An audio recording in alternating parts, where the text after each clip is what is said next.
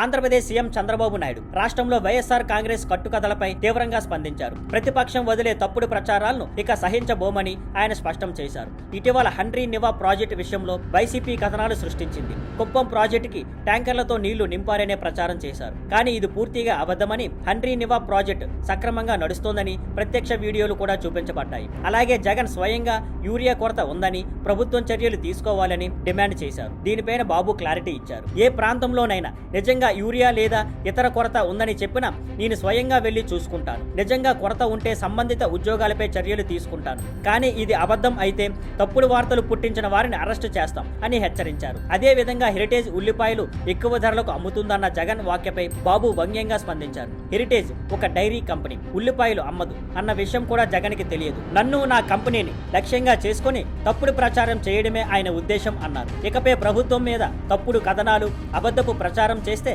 కఠిన చర్యలు తప్పవని చంద్రబాబు స్పష్టం చేశారు. Thank you for watching. Please like, share and subscribe.